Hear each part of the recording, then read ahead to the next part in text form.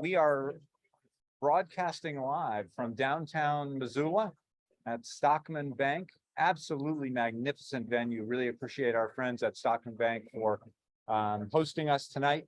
Michael, thank you for being out. My pleasure. We're taking a minute to get all the Zoom folks loaded up. And folks here in the room, we're just about to get started. If you want to grab a seat.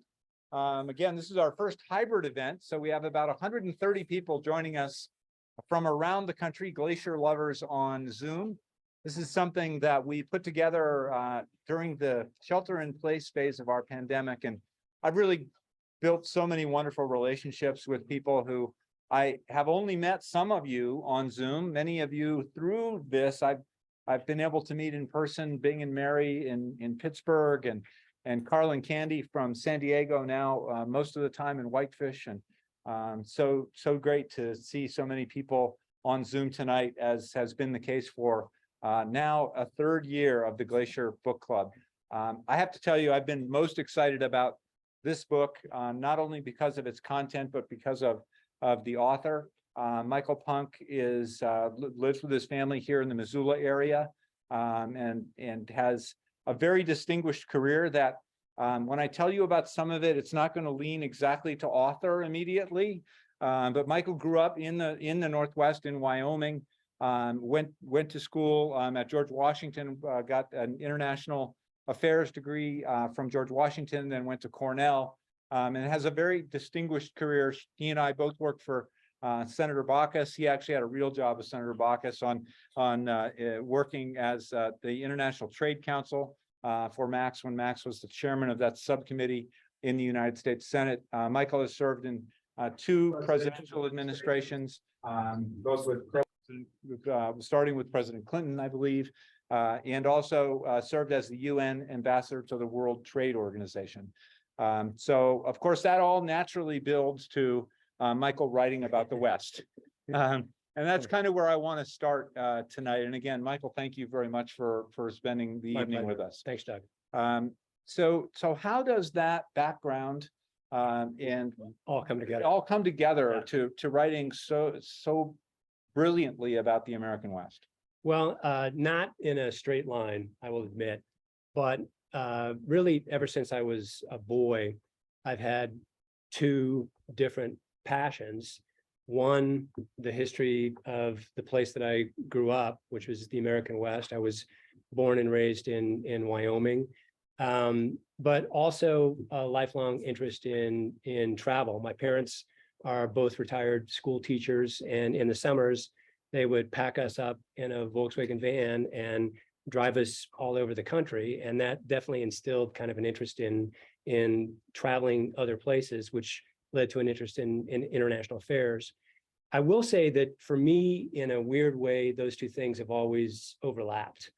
And a lot of the Western American history stories that I'm interested in not only have a kind of traditional adventure aspect to them, but they also have a political aspect to them. And when those two things come together, as I think they do in the book about George Grinnell, is kind of my sweet spot for a story. And really the idea of storytelling, interestingly, your growing up sounds a lot like the Ambrose household, right? When the late Hugh Ambrose, who I miss dearly, has a very similar story to growing up and getting chucked in the back of a station wagon, was painted Lewis and Clark or bust on the side. And I find that your writing is very similar to that Ambrose style of storytelling. Is there a type of writer like Ambrose that you patterned yourself around, or that informed your writing? Well, Ambrose is a wonderful writer, and I love nonfiction writers who write historical stories like it's a novel. On the flip side, I love fiction writers who tell stories that are founded in history and fact. And I've written both fiction and nonfiction, but there's that overlap of historical background that I just find super compelling, because I think things are that much more interesting when we know that they're real or based on things that really happened. In choosing this book for the book club, obviously there's a deep connection between George Bird Grinnell and the park and the bison. And we'll talk a little bit later about some of the work we're doing to bring bison back to Glacier National Park. But, talk to us a little bit about, we reached back to get to this book. You had to reach back a little bit and remind yourself, when you did that exercise and looked back at this book some years later, what were kind of some of your takeaways about what did you get right? What did you miss? Yeah. Well, I think the main thing that I got right is just how central the story of the buffalo is in telling the broader story of the American West. My original idea for this book, I had an incredible month at the University of Montana Library where I wasn't sure what I was going to write about next. And I literally just wandered blissfully the stacks of the University of Montana Library for a month looking for a story. And as part of that wandering, I started to get the idea that it'd be neat to tell the whole story of the American West through the prism of the buffalo, starting with prehistoric times and going all the way up to modern times. As part of reading things about the buffalo in that month, I came across for the first time this historical figure of George Bird Grinnell, because he's so intertwined with the story of the buffalo. And I thought that he would be a great sort of human vehicle and narrator for the story that would humanize it in a way that would make the story more accessible to people. And that's kind of where the book came from. And I think his one thing I'm proud about with this book is, along with some work that some other writers have done, it's helped to introduce him as the incredible historical figure that I think he is and deserves to be. So I got that right. Looking back on it, I was starting then to worry about the divisiveness in our political system. When I wrote that book 15 years ago, unfortunately, I think that's gotten even worse in the last 15 years. So haven't solved that particular piece of the puzzle yet, but we'll keep plugging away at it. Well, and I was taken by the stick-to-itiveness of George Bird Grinnell, right? And there's, hearing Glacier, we think of George Bird Grinnell and Grinnell Glacier and the establishment of Glacier Park, and it's a bit myopic, and it's a great story, but it's a different story than the one you tell here. And part of it is to think about the fact that he started this work so early in his life and stuck to it through 5 or 6 or 7 presidential administrations of changing parties. Do you think, did you find that to be unique and compelling, and can we do that today? Well, what I think is most compelling about Grinnell as a political leader is, first and foremost, he looked at the world that existed and saw it in a very different way than most other people of his generation did. And when I started doing the research about the buffalo, what was amazing to me about the story is that it was so shocking that it happened, that the buffalo were almost wiped out as a species, on the North American continent. The more that I did research about Grinnell and the buffalo, the more it became clear to me that the buffalo were perfectly consistent with everything else that was going on in the country at the time, and the way that the West was viewed as merely the sum of its parts. And Grinnell, for his era, had a vision that was fundamentally different. And that, to me, that vision is what made him so unique. Then on top of that, he had this incredible ability to explain his ideas to people and to build political coalitions around moving an agenda forward. And then, as you say, he had the perseverance to keep doing it, because we think about an issue like climate change today, and it's easy to just become mired in being depressed about it because you feel like we can't do anything, things aren't changing fast enough. You can imagine how Grinnell felt, having come out here for the first time in 1870 and literally had his train stopped by a herd of buffalo. He saw the buffalo when they blackened the plains, And then he saw them over the course of 20 years, almost wiped out as a species, but still stuck to it enough to where the buffalo are still alive today, and we can go and see them in wild places. And so he had that perseverance that I think is essential today, because the problems we face today aren't going to get fixed overnight. And so it's only through that perseverance and stick-to-itiveness that we can achieve anything. He also, I think, showed a little bit the power of writing, right? He wrote this article by happenstance criticizing Teddy Roosevelt. Yeah.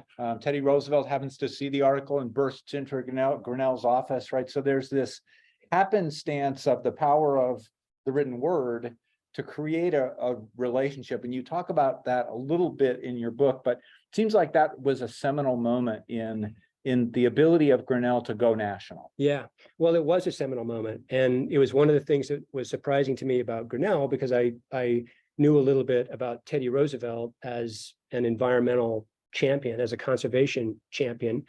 And what I learned in doing the research is that a lot of Roosevelt's sort of environmental thinking came from George Bird Grinnell, who was just older enough from Roosevelt to be kind of a big brother mentor type of a figure. But the story about how they met is very funny.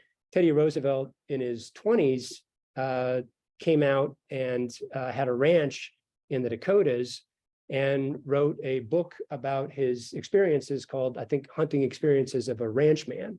And Roosevelt was always good at self-promotion, and he had many talents, and self-promotion was one of them. He writes this book, which George Bird Grinnell reviews in his magazine, Forest and Stream. And Grinnell, who was a much more experienced at that time hunter, basically says that Roosevelt is kind of a greenhorn. And that was about as much of an insult as you could give to Teddy Roosevelt. So Teddy Roosevelt storms into the offices of Forest and Stream, which were in New York City, and chastises Grinnell for writing this offensive review. And through that initial encounter, they became friends, and then later on political allies in the conservation movement. And at the time, I think, was Roosevelt governor yet? Not yet. Not no, yet, he even was governor, younger. No, right? he So this younger was a still. relationship Yeah. not initially built on, this is a guy I need to know. No. And in fact, Roosevelt, to some extent, is an accidental president, right? McKinley's assassinated. Right. Roosevelt becomes, under some thought, he was made vice president, so he would disappear like most vice presidents. And instead, he becomes arguably one of the most productive, prolific creators of public land in America. Yeah. And Grinnell is right by his side the whole time. The whole time. And in fact, it's an even closer connection to all of us sitting here in Missoula, because the first group where they organized politically together was the Boone and Crockett Club, the headquarters of which is about a quarter mile from here on the Clark Fork River. And that club, which was a club of hunters, was remarkably political, and it was designed to be political. And their first goal as a organization was to try and preserve the buffalo that were then only left in a small part of Yellowstone National Park. And they combined their political power to push that cause forward. It's really an incredible story. And I want to make sure, Annie, you're going to look at the chat. Folks who are online on Zoom, please give us your questions. And if you're in the room and have a question for Michael, I can talk to him all night long, I assure you, but want to make sure that you guys get a chance to weigh in as well. Getting back to the writing a little bit, you mentioned in your book that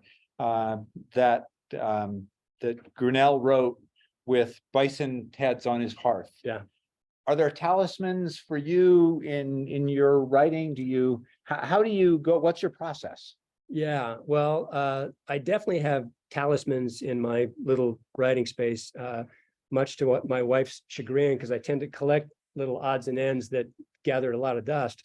But one thing I have in ode, I guess, to Grinnell and others, is I've got a great buffalo skull on the wall. I've got then bunches of smaller things, photographs that are significant to me from characters I've written about, you know, things from the wild that I've picked up, and then just lots of books. I'm surrounded by an awful lot of books, which to me, I never buy books online because I like to have it physically when I'm done reading it to sort of set on the shelf and pull off when I want to go back and refer to it. Yeah, I'm with you on that. The Kindle has yet to get a place in my house, but I think that it's really interesting to think about also the fact that you are able to go from fiction to nonfiction. That seems impossible to me. It seemed like two very different disciplines. Are they? How do you approach them? You know, I think they are very different, and I think you have opportunities with each one that kind of the story kind of lends itself to one or the other, for me anyway. So for me, the nonfiction works the best when you just have a ton of historical material to work with. And so, you know, the first nonfiction book that I ever wrote was about Butte, Montana, which I wrote about a mining disaster that took place in 1917 in Butte. At the time, there were 7 daily newspapers in Butte. Think about that. And it was a city of more than 100,000 people. It was a true metropolis. There's just an enormous amount of documentation sitting in the Butte Silverbow archives. And it was the story in many ways kind of wrote itself by mining through this historical record. At the opposite end of the scale is something like The Revenant, which the historical record about Hugh Glass being attacked by a grizzly bear and abandoned by his comrades is basically that Hugh Glass was attacked by a grizzly bear and abandoned by his comrades. And that's about all that anybody really knows for sure. And so it was perfect for fiction because you had a couple of mileposts, but there was all this space that was just ripe to make it up. so one is urban legend and the other really has this huge documentary piece. Right. That is a surprise to people when they read it, right? There was an interesting New York Times article expressing surprise that the oldest Chinese food restaurant in America is in Butte. Right. In 1915, they would not have been surprised that there were Not at multiple all. Chinese food Not restaurants, at right, all. in Butte. Yeah. That at the same time, there were 2 African-American newspapers in Helena, Montana, which had the most millionaires per capita. So the uncovering both of an urban legend and also being able to strip back and tell a story that too many people don't know, whether it's Fire and Brimstone or Last Stand, that must be really enriching. Well, it is, and it's part of the reason that I was in the University of Montana library for a month before kind of landing on a story, because a lot of times when you're doing research, you discover something that you think you're discovering, and then you do a little bit more research, and it turns out that 3 other books have been written about exactly the same thing, and there's just not space. So you both have to find something that is compelling to you and you want to kind of marry as a story that you're going to research and tell and write for a couple of years. And at the same time, you want to find something that is fresh enough that you think most people haven't heard it, or at least haven't heard the angle on it that you want to take, so that there's, an audience for it. Yeah. I want to get back to Grinnell just a little bit. And I wrote down one of the things you said. You said Grinnell's genius was his ability to see the future before it was too late, and then to act with great effect.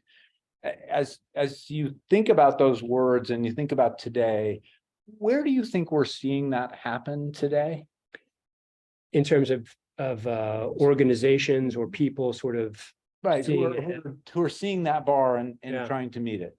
Well, look, I think in the environmental space that there's just within a couple hundred miles of where we're sitting right now, there are local conservation groups that have seen the significance of working to continue to preserve what we have in Montana, so that our children and their children can see it in the way that we see it today.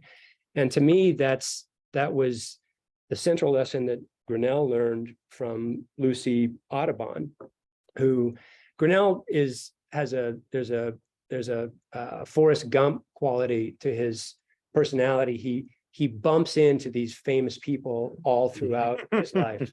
He meets Lucy Audubon, who's the widow of the bird artist, and she is his boyhood teacher. He meets Custer. He meets Buffalo Bill. He meets all of these kind of luminaries of Western history. But what he learned from Lucy Audubon that was different, I think, from the education that most people were getting in that era, is an ideal that she called self-denial, by which I think she meant kind of self-restraint. And you have to think about Grinnell growing up when he did, in the midst of the robber baron Gilded Age era of our history. Grinnell's own father is the Wall Street broker for Cornelius Vanderbilt, one of the great robber barons of all time. And so all of the countervailing ethics of his day were going the opposite direction. But Lucy Audubon teaches him this idea of self-restraint. And I think what she really meant by that was not consuming everything that we could in our generation, in part out of deference and hope for future generations. And he takes that idea and he applies it in the conservation context, including initially with hunters, because Grinnell's part of his genius was seeing hunters as a great constituency for promoting conservationism. And initially, he and organizations like Boone and Crockett were arguing for things like bag limits. The notion that you shouldn't go out and shoot everything that you can kill in a day, that there should be limits on how much you take. The notion of hunting seasons, allowing seasons during reproductive cycles, for example. So those are all concepts of self-restraint that Grinnell, I think, learned initially from Lucy Audubon, and then he applied in a much broader way. Would it be fair to think about that too as maybe not always acting in your own best interests? And Hugh Grinnell is on with us on Zoom tonight, and he wrote a book using his relatives' actual journals, where Grinnell talks about setting aside Glacier is taking away his playground, right? Because in so doing, his hunting grounds also couldn't be his hunting grounds anymore, because it's now a national park, right? So is that also part of, you think, of what that self-denial might look like? I do think that's a part of it, and just a sort of broader minded thinking about community and country that was very much a part of who I think Grinnell was. Yeah, that's super fascinating, and it's neat to see the impact that it can have. We've been working on, and thank many people in this room and on Zoom, we've been working with the Blackfeet and the park to think about a thing called the ANI initiative, which similar to what they're doing at American Prairie, but in association with the federal government, to actually return Blackfeet bison to Glacier National Park to be managed by the Blackfeet Nation. Right? And it's all, I always get goosebumps every time I talk about it, because I think it is really the coming home of Grinnell's idea. Well, it is a dramatic experience to see buffalo or any big mammal in the wild. And it's something that is, part of what's wonderful about living in Montana. There's not very many places where you can do that anymore. My wife Tracy and I were driving from Polson to Missoula last weekend and came over the rise outside of St. Ignatius and saw the bison herd that's part of what's now the Salish Kootenai herd in the National Bison Reserve. Right. And it's just a special thing to be able to see that, to be able to live a place where we can see that. We are certainly blessed to live where we do. And people live all over the country. And Amy, I think you have some questions. I do have some questions, and welcome to all of our Zoomers. Just to set the stage for you guys again, we have about, I don't know, 30, 35 people in the room behind me. So it's super exciting to not only see you all on Zoom, but to be in person as well. And this one came from Roz Baker, and sort of similar to what you two were just talking about. She wanted to know, or wanted you to talk about your research with Native Americans for this book. So I think it's impossible to study the buffalo and not also study Native American history, because certainly for the Plains tribes, they are so intertwined.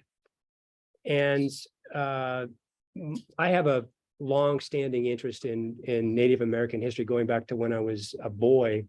My summer job in Torrington, Wyoming, as I worked at Fort Laramie National Historic Site, which some of you may have visited.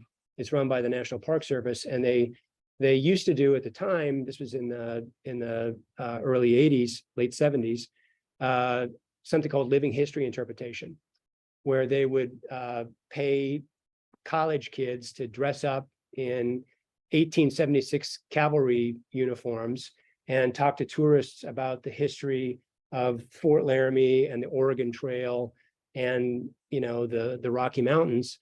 And I started diving pretty deep into Native American history as part of that job when I was a high school and college kid. Doing the research on Last Stand, I think really underscored some of the tragic chapters in our history. And as I said, the buffalo and the Native Americans are so entwined.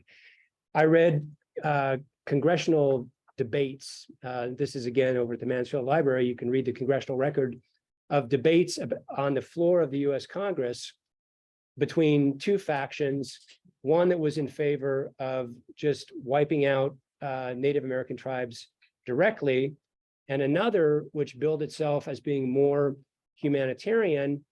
And that was not quite the word that was used, but that was the style of the argument. Their argument was that instead of wiping out Native Americans directly, that we should just wipe out the buffalo, because if we wiped out their food source, that would force them onto reservations.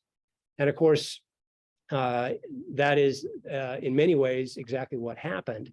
As the land began to shrink with more and more settlement, and then the hunting of the buffalo, the food source for the tribes disappeared. And in many cases, they were ultimately driven onto reservations because they were starving. Sitting Bull, for example, after the Battle of Little Bighorn, retreated into Canada. The US Army in that era was burning thousands of acres of US territory along the northern border with Canada in order to keep the buffalo from migrating up through that grassland and going into Canada, because they didn't want those buffalo that were remaining at the time to go up and provide a food source for Sitting Bull and his people in Canada. So you just can't pull apart the history of the buffalo and the history of Plains tribes of Native Americans. Yeah. So Stacy has a couple of questions. One is, do you have any buffalo nickels? I do have some buffalo nickels, and I think the story of the buffalo nickel is super interesting, and it really is demonstrative of the regret that people began to have almost immediately when the buffalo had been destroyed. It's striking to me how often groups of Americans pick the buffalo as a symbol of ourselves. A few years back, Montanans, you remember, they issued this series of quarters where each state got to pick the symbol that it put on a quarter. Montanans picked a buffalo. Charlie Russell, the great Western artist, signed his signature with a buffalo skull. State of Wyoming has a buffalo on its flag. The U.S. Department of Interior has a buffalo on its flag. And the buffalo nickel was minted in, I won't get the year quite right on this. I want to say like 1905 or something, or right after the turn of the century. But you see with the buffalo on one side and a Native American on the other, a nostalgia in the country for what was already at the turn of the century gone. And so we picked the buffalo as a symbol of ourselves, in part because it's also a symbol of wild America. You can't have buffalo without big wild places. And I think as Americans, we like to think of ourselves as being a country that has wild places with all of the hope and potential that wild places symbolize. And so, yes, I do have some buffalo nickels, and I think they fit into the story in a really integral way. I'm going to ask Stacy's second question, and then we have a couple from Eric and Tanya, and they're definitely more from the Zoomers, but I also want our in-person folks to be able to have a chance. So I'm going to ask 3 more questions. You guys be ready, and I'm happy if you want to raise your hands. I'll go to the room then. So Stacy's other question is, what do you think about the efforts like the American Prairie Foundation? So I spent some time on the American Prairie Foundation when I was doing research for this book. And I'm a big supporter of that project. I love the idea of as we talked about before, buffalo in wild places and the opportunity to see buffalo as they existed 150 years ago. That's a controversial project in our state. And there was an interesting story on 60 Minutes a few months back about the American Prairie Foundation. And I think they admitted that there were some ways in which they could have probably handled relationships with some of the local farmers and ranchers in a better way. But overall, I think that is a really important project, and I'm a big supporter of it. Great, thank you for that. Okay, Eric and Tanya always challenge me a little bit, so I'm going to see if I can do them justice. So you had a parenthetical comment on page 24 about Grinnell writing little about himself compared to the current social media shallow self-reflection ad nauseum. Was this in the original version? And do you think that this limits the ability to influence others the way Grinnell did through Forest and Stream?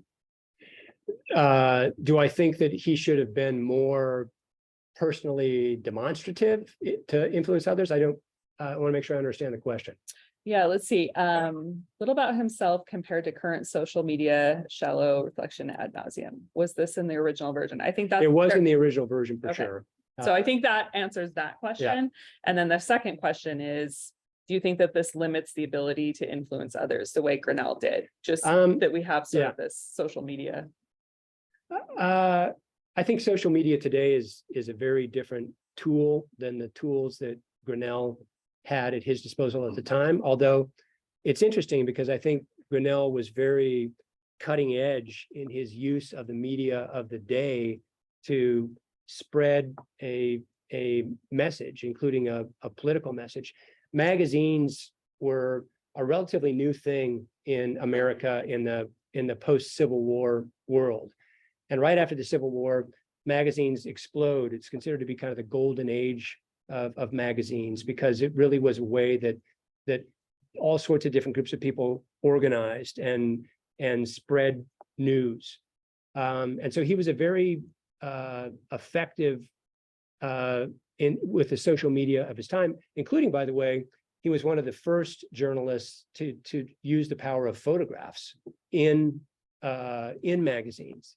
And one of the photographs that was most impactful was photographs that one of his reporters, a guy named Emerson Huff, took in Yellowstone Park of severed buffalo heads that had been captured from poachers who were going into Yellowstone and poaching some of the last few buffalo that remained in the park. That photograph was considered to be very shocking for its era, because it was a photograph for one thing, but also because of the subject matter. And it's one of the things that helped to tip over the political debate that was going on in the US Congress at the time about the Lacey Act, which was the first law that ever created really meaningful teeth behind laws that prohibited people from indiscriminate slaughter of wildlife. So I think he was very effective in the social media of his day. I suspect he might have been a little bit more circumspect than some of the social media people today in kind of putting his personal life out there. And the Lacey Act took a while too, right? did. 1894 or something, 20, Yeah. 20 years after the establishment of Yellowstone Park, did we give teeth to rangers to be able to actually do Right. something about it? Right. I always think it's ironic because in Yellowstone, and I hope I get this year right, all the sweatshirts say Yellowstone established 1872. Somebody correct me if I'm wrong. As if 1872 is the most important year. And in a lot of ways, I think it was 1894 that was the most important year for exactly the reason that you described. In 1872, the main reason that Yellowstone was established is because a small group of people really cared about establishing the park, but most people didn't care about it at all. They merely viewed it as a place where there were no resources. There was no gold. The altitude was too high to farm. And so it was viewed as fine, have the park. But it was only in 1894 when there was conflict over some of those resources, namely protection of the wildlife, that for the first time, a law was passed where those kind of vested economic interests came into conflict with the preservation thread, and the conservation won out. And that was a big moment because there was that conflict that was part of the battle. Yeah, that's interesting. Good question.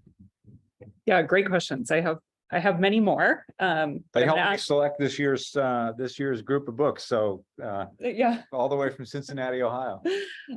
So yes, Eric and Tanya would like to know, the Boone and Crockett Club and Audubon Society were primarily composed of very wealthy Americans. Would it have been possible for non-millionaires to have the same impact that Grinnell and Roosevelt had? I think what was interesting about Grinnell's political strategy is that he mobilized a very broad coalition. And I mentioned earlier that I love adventure stories set in the American West, but I also am fascinated with adventure stories set in the American West that go along with these kind of political stories. And what Grinnell did is he built this really broad coalition. Part of that coalition was a bunch of rich East Coast elites, people like Teddy Roosevelt, by the way, and himself. George Bird Grinnell grew up in New York City. But he also understood that he had to have a broader coalition that to be effective. And so I talked before about him mobilizing hunters and sportsmen, because he realized through being the publisher of this magazine, Forest and Stream, that there were millions of Americans, many of whom were not East Coast elites, who revered wild places because they loved hunting and fishing. And he recognized that this was a great constituency for him to build political support for his agenda of conserving wild places. So I think Grinnell was good at playing all parts of the political spectrum. The rich elites at one end, but much more average people at the other end who enjoyed wild places, but did not come from that same type of background. By the way, I think Grinnell, one of the things he realized that was politically brilliant is something we still hear about a lot today in Montana, which is public land. And I love, you see these t-shirts around town that say, I'm a public land owner.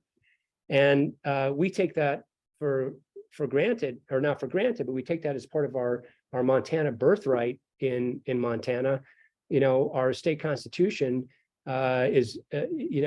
establishes our right to hunt and fish on public land. But Grinnell introduced that concept to people when they didn't think of public land as something that they owned. And Grinnell said to them, these places that are being exploited, that's your land. That's land that you own is being taken away from you. And it helped to create a much broader constituency in support of his causes. Wow. Yeah. I think you also answered Michael Smith's question. Hopefully, Michael, you can message us again if not, but he asked what specific political strategies that Grinnell used that might be useful in today's political environment for conservation. Well, I think his open-mindedness about broad coalitions is one thing that made him effective, and that I think if you're talking about environmental issues, I think there are some groups today which are probably overly narrow in how they think about building constituencies, and I think reaching out to hunters, people who hunt and fish, is one great way of building much broader constituencies in support of wild places. So I think that's one lesson from Grinnell. Sure. Okay. I'm going to turn it over to the room. Does anybody have a question? You don't have to be on video. We just need your voice. Hang on 1 second. Let me get a little bit closer. Raphael Chacon from Missoula. My question is, did these folks who were advocates for public lands identify themselves as such? I mean, I'm thinking of people like Bob Marshall, Gifford Pinchot, Grinnell, certainly. I mean, was there a group? Could you ask, who are the people who defend our public lands? Did they see themselves as a posse or as a group of individuals who were out there or missionaries, if you will? Yeah, I don't know as much about Bob Marshall, but certainly there was an awful lot of work between people we think of as turn of the century kind of environmental champions, Roosevelt, Grinnell, obviously. They were very aware of each other. I'm not as aware if others were using the public land theme to the same degree that Grinnell did. I just don't know as much about those other people. But the public land theme was very explicitly, as I just talked about, a part of how Grinnell pitched and Grinnell, of course, wrote all the time because he was the editor of Forest and Stream magazine, and so every week he was writing an editorial, and you see that public land theme come up a lot. Did you run to Raphael's point? That was kind of the same time as the emergence of the Yale School of Forestry, right? And Pinchot's boys. Did you run into that in your research in this book? A little bit, but I did not go deep on Pinchot in my research. So I'm not deep on him at all. Is there it seems to the question about Grinnell also, it seemed to me as a reader of your book that there is also this authenticity, that this was not a Gucci Bolshevik here. This was somebody who was in the land, that when he was spending time in Montana, he was in a tent and he was with the Blackfeet, and similarly, Roosevelt was the same way. Do you think there's that the authenticity matters in this public discourse and being persuasive? Absolutely. And Grinnell was, as you say, like Roosevelt, was the real deal. He came out here in 1870 for the first time, as ironically, as part of a group of students from Yale University who were with a Yale professor who was digging for dinosaur bones. But think about 1870, that's 6 years before the Battle of Little Bighorn. They were, all over Nebraska, Wyoming. They had a detachment of U.S. cavalry that traveled with them to stand guard while they dug for dinosaur bones. You mentioned he went on a buffalo hunt with the Pawnee in 1872, where he rode out with a group of Pawnee Indians who went on this buffalo hunt, and he rode his horse along with them and shot buffalo and was almost gored by a wounded cow, a cow buffalo, that is. So he had all of these, and then he was with Custer in 1874 when Custer was had his infamous survey of the Black Hills. So he was the real deal. And I do think it gave him an authenticity that gave him credibility in that era that made him more politically effective. Yeah, no, it's super. What an interesting life, right? Yeah, So, I mean, it's his epic really, life. it's really astonishing to think about that. And it's not like it was easy, right? Michael flew in late last night, and thank you for making space for us. But think about how easy it is for us today, right? Versus George Bird Grinnell trying to figure out how to get from New York to Pablo. Right, That's right. a tough ask back then.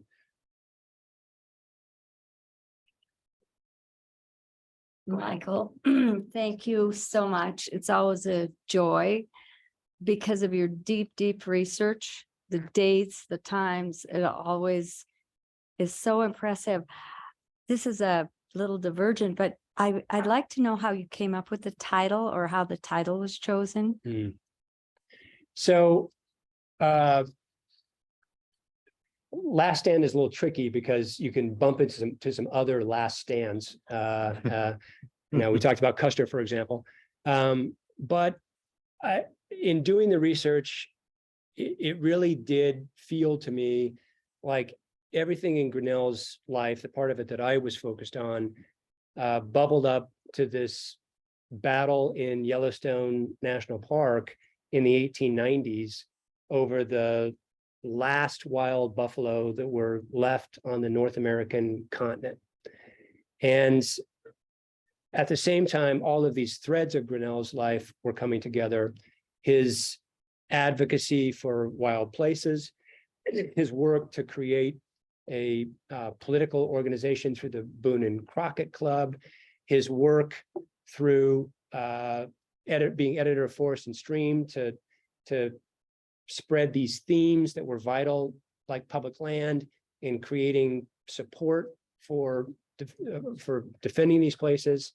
And then there was just a last stand on the ground. And this very little known battle between the US cavalry and poachers, because in the 1890s, the police in Yellowstone National Park were the US cavalry. That was their mission. And they literally went out on skis, on cross-country skis, because it was the only way to get around Yellowstone Park in the winter. And skis is what the poachers used. And they chased the poachers and tried to save these last few buffalo. And then out of that battle comes this law, the Lacey Act, which for the first time created teeth to give law enforcement, namely the military, enforcement power to put people in prison who poached wild game. And so it really was a last stand, or it would have been if it had gone the other way. And it was only because of all those things kind of coming together in that kind of fortuitous way that we can go out and see wild buffalo today. Amy, how are you feeling about questions online? For those of you online, Michael has agreed to sign some book plates for us. So make sure to email Amy or pop something in the chat to get a book plate for tonight. We have quite a few more. I'm going to Pick some good ones. Yeah, I'm going to pick some good ones. There you go. And if anybody else has one in the room, raise your hand, grab my attention. So this one is from Doug Bonham. That's right. Sometimes we have more than one Doug in the room. Doug writes, the writers of historical biographies in the post-internet world have generally been able to find and leverage far more information than their pre-internet counterparts. But Hugh Glass continues to be a blank space. Why is that? Were you able to add to or verify much since John Mayer's saga of Hugh Glass in 1976? In particular, did Hugh Glass really escape pirates and the Pawnee? This is a little different. Yeah, no, I love the question. I will confess that I have not gone back to the Hugh Glass story, at least in terms of research, in the internet age. And you're now piquing my curiosity, and I'm going to go home tonight and do some Googling.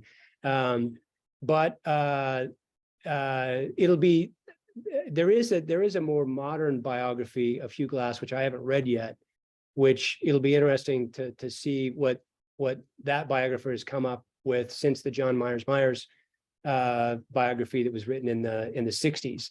I don't know if the pirate story about Hugh Glass is true, but I will tell you that it was utter catnip in writing a novel about Hugh Glass. The notion that this guy who'd been mauled by a grizzly bear in the Dakotas had in his earlier life been imprisoned by pirates in the Gulf of Mexico.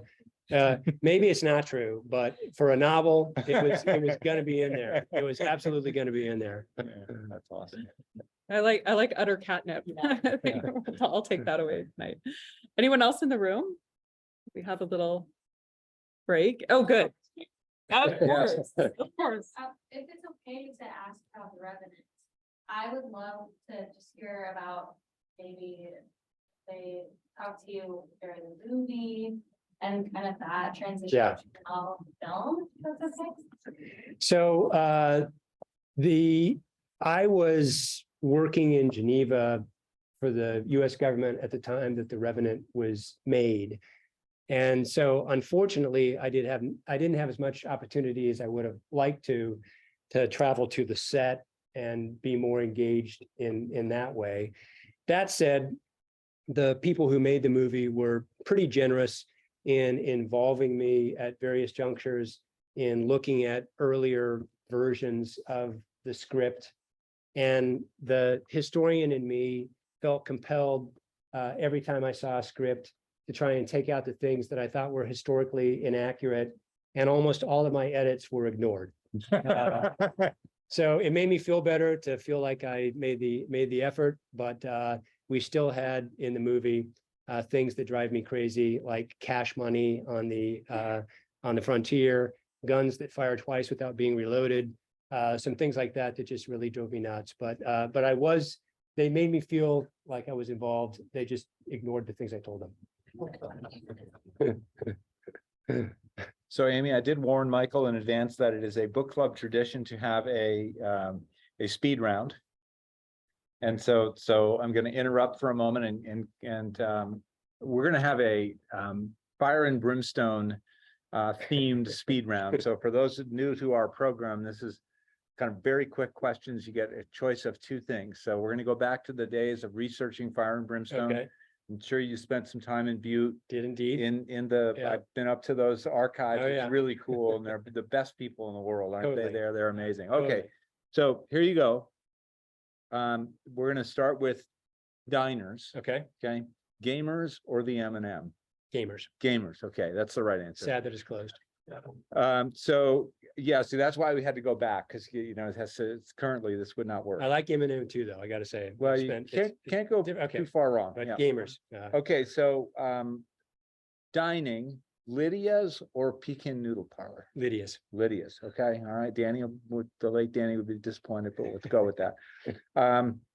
You really need some junk food. You're going to go to Matt's for a burger or Pork Chop John's? Pork Chop John. Pork Chop John's. Okay. All right. We had our Matt's earlier in here. And last but not least, on my Butte section, and I have reserved one additional question, Maloney's Bar or the Vue Villa? Villa. Vue Villa. Okay. That was also the thought. So then I have a standard one for all authors, Abbey or Stegner? Stegner. Stegner. He is in here a few He times. is. Yeah. So, Yeah. okay, that's great. All right, Amy, I give it back to you. If you've got maybe one extra question, I've got a couple here that, Why don't you go while I'm sort of. Okay. sorting it out because we're getting near the end of our hour. You know, Michael, it's, again, thank you so much. It's such a treat. You come honestly to your joy of national parks, national historic sites from a young age. And, you know, for me, this job at the end of my career is a dream come true for Julie and I to be back in Glacier, to give back to a place that gives so much to us this year. Because of people in this room, we're able to give $3 million to the park to do projects that otherwise wouldn't be possible without public support. So thank you for being a big part of that. As we read about adventure, and I brought if you've not, don't pick this up if you plan to sleep anytime soon, but this is the newest Michael Punke release, and it's fantastic as well. If you had to go back if you can go back in time, like I can see in your eyes when you start talking about meeting Buffalo Bill and hanging out with Grinnell, where would you go? I've actually given this question some thought. It's probably not the and- first time it's been asked of you, so. Well, I've asked it to myself before, because you think about that when you're researching. And I mean, if I had to pick one moment to go back, I would be on the Lewis and Clark expedition, because I love the idea that no other European Americans had been west at that time. And it is just amazing to me to imagine what it must have been like to experience a continent in that way. I mean, the thing I love the very most about Montana is the wildest places. And as we talked about earlier, we're lucky to live in a state where there still are vast wild places where you can go and wander for days and not see other human beings. No offense to anybody. But to think about that on a continental scale, in terms of coming to a place where there were no other European Americans and seeing it at that moment, is just completely fascinating to me. So that's what I would pick. It's a great pick, and it's kind of the idea of the audacity of these people, right? How did they think that this was going to work? How did Grinnell think that he was going to be able to do these things? How did the folks who wanted to stop dams getting built on the Grand Canyon think they were going to accomplish these things over such great obstacles? And I think that's what makes America great, right? Is that What makes us different from the old world, is we still have new places. And that's a fundamental part of our spirit as Americans that I think makes us unique. And we hand this off to our kids. You dedicated this book to your kids. It's kind of close with what are your hopes for them? What do you want for them to be able to experience in this area of adventure and challenge and standing up for things that they believe in? Well, I think there are lessons for all of us, and we talked about this earlier, about the ability of individual people to make a difference. And I want them to know that they live in a place where individual people can make a difference and have made a difference. There's role models out there for that. So that's one thing, just in terms of the type of life that I think Grinnell led. But then I also, what the inscription in the book is to my kids, and it's my hope that their children's children will see buffalo in wild places. Mm-hmm. And I hope that generations from now, the work that we do in this generation, building on the work that people did in earlier generations, will still help preserve a place where generations from now, this thing that all of us revere about this place will still be true. Amen. Ladies and gentlemen, Michael Punke.